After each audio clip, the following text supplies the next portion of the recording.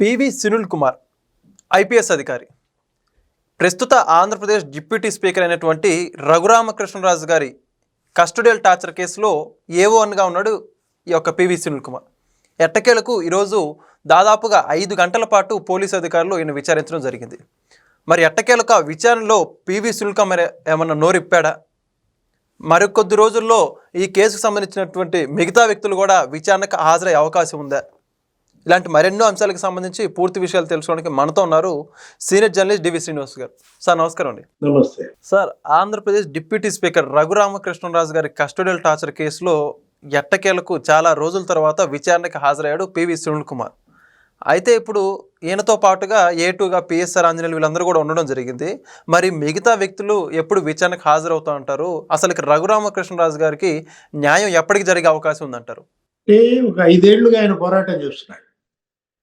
ఇది ప్రస్తుత ఉపసభాపతి, అప్పుడు ఎంపీగా ఉన్నట్లు రఘురామకృష్ణరాజుని మరి కరెక్ట్ గా ఆయన పుట్టినరోజు నాడు మే 14న కిడ్నాప్ చేసి పట్టురావడం, అక్కడ గుంటూరు సిఐడి కార్యాలయంలో చిత్రహింసలు పెట్టడం. ఆ కేసులో ఏంటి, అది 307. నెక్స్ట్ జగన్మోహన్ రెడ్డిని కూడా విచారణకు పిలుస్తారా? ఆ కేసులో జగన్మోహన్ రెడ్డి A3గా ఉన్నారు. ఇది రఘురామకృష్ణరాజుని కొడుతున్నటువంటి దృశ్యాలు ఆయన వీడియోలో చూపించారని, ఆయన యొక్క ఆదేశాల మేరకే ఆ కిడ్నాప్ జరిగిందని, ఆ హత్యాయత్నం జరిగిందని మరి బాధితుడు ఆరోపిస్తున్న నేపథ్యంలో ఇప్పుడు ఈ కేసులో నువ్వు ఈ మొత్తం అంతా కూడా పరిశీలించినట్లయితే ఇప్పుడు ఆ విజయపాల్ అనే అతను అరెస్ట్ చేశారు. అప్పటి ఏఎస్పి, ఈ చిత్రహింసల టీం కి నాయకత్వం వహించినటువంటి ఆ విజయపాల్, ఆయన ఎప్పుడు అరెస్ట్ చేశారు? లాస్ట్ నవంబర్ 24న ఎప్పుడు అరెస్ట్ చేశారు. ఫిబ్రవరిలోనే ఎప్పుడో బెయిల్ ఇచ్చినట్టున్నారు. అంటే 2 నెలలో 3 నెలల్లో ఆయన మరి జైల్లో ఉన్నట్టున్నారు. నెక్స్ట్ తులసిబాబు అనేవాడిని అరెస్ట్ చేశారు. ఏది గుడివాడలో మరి తులసిబాబు, ఈ సునీల్ కుమార్ కి అతను కూడా అనుచరుడు. అతని పైన ఈ అగ్రిగోల్డ్ కేసులు కూడా ఉన్నాయి. ఏంటి, తులసిబాబు ఆ రోజు గుండెల మీద కూర్చుని అతనే అతను చాలా హెవీగా ఉంటాడు అనుకుంటాను, ఈయనేమో మరి ఆపరేషన్ చేయించుకుని ఉన్నాడు, కనీసం మందులు కూడా ఇవ్వకుండా మరి రబ్బర్ బెల్ట్లతో అరికాళ్ళు మరి ఆయన ఏంటి అసలు మామూలుగా ఉబ్బిపోయినాయి కదా. అప్పుడు మనం చూసాం ఆ వీడియో కూడా, చిత్రహింసలు. ప్రభావతి గుంటూరు హాస్పిటల్ సూపరింటెండెంట్ ఏమని నివేదిక ఇచ్చింది? గాయాలు లేవు అని ఇచ్చింది. మొన్న ఆమెను కూడా పిలిపించారు, ఆమెను కూడా విచారించారు. ఆమె పరారైపోయింది చాలా రోజులు, అడ్రస్ లేదు, లుకౌట్ కూడా జారీ చేసినట్టున్నారు. మొత్తాన్ని ఆమెను కూడా ఎంక్వైరీ చేస్తే ఏమని చెప్పింది? నేను గైనకాలజిస్ట్ని, నాకు అసలు తెలియదు, అంతర్గత గాయాల గురించి నా సబ్జెక్ట్ కాదు, మా వైద్యులు పరిశీలించారు, వాళ్ళు ఇచ్చిన రిపోర్ట్ మీద నేను సంతకం పెట్టానని సింపుల్ గా తోసేసింది. ఇంకా గుర్తు లేదు, మర్చిపోయాను, ఆ రిపోర్ట్లు చూస్తే గానీ మాట్లాడను, ఇంకేదో సమాధానాలు చెప్పింది ప్రభావతి. అంటే వీళ్ళు ఎంత బాధ్యత రాహిత్యంగా వ్యవహరించారు. జగన్మోహన్ రెడ్డి ఎవరిని కిడ్నాప్ చేయమంటే వాళ్ళని పట్టుకొస్తారా? ఎవరిని చిత్రహింసలు పెట్టమంటే వాళ్ళని పెడతారా? మనం చూసాం అప్పట్లో ఈ రక్షక భటులు భక్షక భటులుగా మారారని. పోలీస్ స్టేషన్లో నిందితులకి పుట్టినరోజు వేడుకలు జరిపారని. ఇది పోలీస్ కి రౌడీలకి మధ్య గీత చెరిగిపోయింది. రౌడీలే పోలీసులు అయ్యారు, పోలీసులే రౌడీలు అయ్యారు. ఇప్పుడు విజయపాల్ హైకోర్టుకి బెయిల్కి వెళ్ళారు. ఏమని మాట్లాడింది హైకోర్టు? ముందస్తు బెయిల్కి వెళ్తే ఏమని మాట్లాడింది? మీరు చట్ట వ్యతిరేక చర్యలకి మీకు లైసెన్సులు ఇచ్చారా అని అడిగింది. చట్ట వ్యతిరేకంగా విధులు నిర్వహించడానికి మీకు లైసెన్సులు ఇచ్చారా అని అడిగింది. ఒకటే మాట హైకోర్టు. అంటే గుండా లైసెన్సులా, రౌడీ లైసెన్సులు ఇచ్చినట్టుగా అప్పట్లో ఈ ఐపీఎస్లు వీళ్ళు చెలరేగిపోయారు.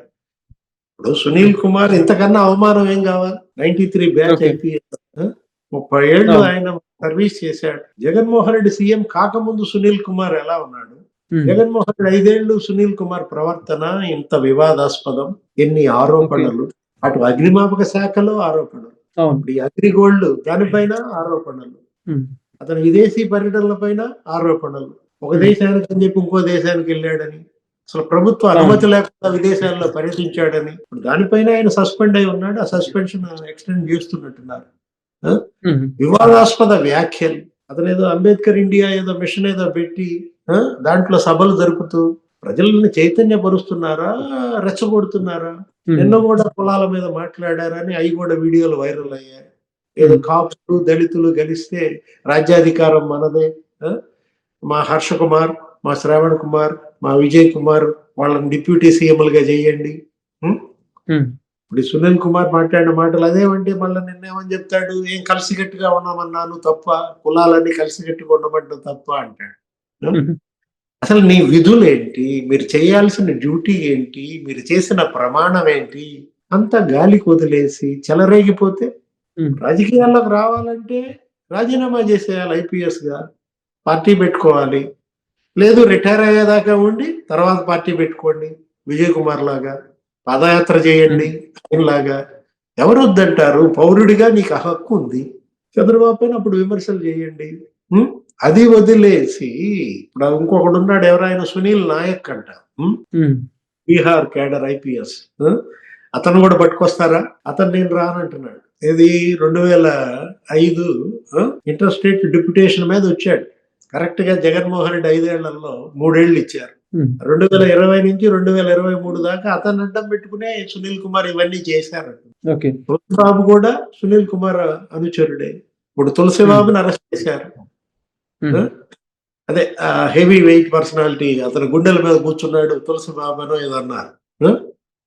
అగ్రిగోల్డ్ మరి డిపాజిట్లు దుర్వినియోగం, ఆ సొమ్ము పరిహారం చెల్లింపులో అవకతవకలకు పాల్పడ్డారు సునీల్ కుమార్, తులసిబాబు అని 20,000 ఇచ్చినటువంటి కేసులో పెద్ద ఎత్తున ఎంతో మందిని బెదిరించాడని ఈయన పైన ఆరోపణలు. ఎవరు? పివి సునీల్ కుమార్ పైన. ఎవరో 75 లక్షల బిల్లు అంట. ఆ బిల్లు కోసం వాళ్ళు వస్తే వాళ్ళని బెదిరించాడన్న సాఫ్ట్వేర్ కంపెనీ వాళ్ళు ఎవరు, గంజాయి కేసు కావాలా, బిల్లు కావాలని అడిగారని, డ్రగ్స్ కేసు కావాలా, 75 లక్షల బిల్లు కావాలని అడిగారని. అంటే ఎంత వివాదాస్పద ఐపీఎస్లు. అటు ఇప్పుడు పిఎస్ఆర్ ఆంజనేయులు, డీజీ కావాల్సిన ఆంజనేయులు జైలుకి వెళ్ళాడు. ఎందుకు ఆ పరిస్థితి వచ్చింది? ఇప్పుడు జగన్ చెప్పిన వాళ్ళని కిడ్నాప్ చేసి పట్టుకొస్తారా? కాదంబరి జత్వాని కిడ్నాప్ కేసే కదా. ఎవరో పారిశ్రామికవేత్త మీద ఆమె ఎక్కడో కేసు పెట్టింది, ఎక్కడ? ముంబైలో. మీకేంటి సంబంధం? ఇప్పుడు ఆ పారిశ్రామికవేత్త జగన్మోహన్ రెడ్డిని అప్రోచ్ అవుతాడు, జగన్మోహన్ రెడ్డి వీళ్ళని ఆదేశిస్తాడు.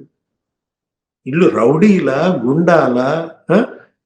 ఇప్పుడు విశాల్ గున్ని ఇచ్చాడు అందులో వాంగ్మూలం, నాకేం తెలియదు, మా బాస్ పిలిపించాడు, వాళ్లే టికెట్స్ బుక్ చేశారు, నేను మరి ముంబై వెళ్ళి లిఫ్ట్ చేసి తీసుకొచ్చాను. అంటే కాదంబరి జత్వాని కేసులో ఎంతమంది సస్పెండ్ అయ్యారు? కాంతిరాణా టాటా, విశాల్ గున్ని, పిఎస్ఆర్ ఆంజనేయులు జైలుకే వెళ్ళాడు. ఏం సాధించారు దాని ద్వారా? అంటే జగన్మోహన్ రెడ్డి హయాంలో పోలీసులు ఎలా పనిచేశారంటే, అదే అంటోంది రౌడీ పోలీస్, గుండా పోలీసుల వీళ్ళు. మీకు లైసెన్సులు ఇచ్చావా అని అడిగింది. అదే ఏది హైకోర్టు అక్షంతలు వేసింది. ఇప్పటికి కూడా వీళ్ళల్లో మార్పు రాకపోతే ఇంతకన్నా అవమానం ఏం కావాలని అడుగుతున్నాను. ఇప్పుడు నువ్వు 93 బ్యాచ్ ఐపీఎస్, నీ ముందు నిన్ను విచారించేవాడు దామోదర్, నీకన్నా సబ్ జూనియర్. ఆ ఎస్పీ దామోదర్ నిన్ను ప్రశ్నలు అడుగుతుంటే నువ్వు సమాధానాలు చెప్తుంటే 5 గంటలు, ఇంకంతకన్నా అవమానం ఏం కావాలి? అదే ఒకటి, ఏమి సమాధానాలు చెప్పాడంటే, నువ్వు ఇంకా చెప్పాల్సిన పని ఏముంది, గుర్తులేదంటాడు, తెలియదు అంటాడు, మర్చిపోతాడు. ప్రభావతి ఏ సమాధానాలు చెప్పిందో అదే సమాధానాలు చెప్తారు. మీరు అడిగారు, ఒక మాట అన్నారు, రఘురామకృష్ణరాజుకు న్యాయం దొరుకుద్దా అన్నారు. రేపు పొద్దున జగన్మోహన్ రెడ్డిని కూడా పిలిపిస్తారా? ఆయన A3గా ఉన్నాడు, ఆయన పైన కూడా ఉంది 307 ఈ కేసులో. అంటే కొత్త సంవత్సరం ఈ విచారణ లేదా ఇక జగన్మోహన్ రెడ్డి కొత్త విచారణలు. అటు వివేక హత్య కేసులో ఆ హత్య విషయం ఎప్పుడు తెలుసు మీకు? తెలిసిన వెంటనే పులివెందులు ఎందుకు వెళ్ళలేదు? రోడ్డు మార్గాన పులివెందులు ఎందుకు వెళ్ళారు? మిమ్మల్ని కారులో తీసుకెళ్లిన డ్రైవర్ ఎందుకు చనిపోయాడు? మీ మామగారు గంగిరెడ్డి ఎందుకు చనిపోయాడు? ఈ ప్రశ్నలన్నిటికీ సిద్ధంగా ఉండాలా జగన్మోహన్ రెడ్డి వివేక హత్య కేసులో? ఎందుకంటే అది దర్యాప్తు కూడా మరి కొనసాగించమన్నట్టుంది సిబిఐ కోర్టు కూడా, ఏదో ఆడియో సంభాషణల పైన. లేకపోతే ఇప్పుడు ఈ కేసు రఘురామకృష్ణరాజు కేసు, మీరేనా అతను కిడ్నాప్ చేసి తీసుకురమ్మంది? మీరేనా చిత్రహింసలు పెట్టించింది? మీరు వీడియో చూసారా? కొత్త సంవత్సరం ఎట్లా ఉంటుందా అంటావు జగన్మోహన్ రెడ్డికి. రేపు అసలు పుట్టినరోజు కూడా వస్తుంది అనుకుంటా.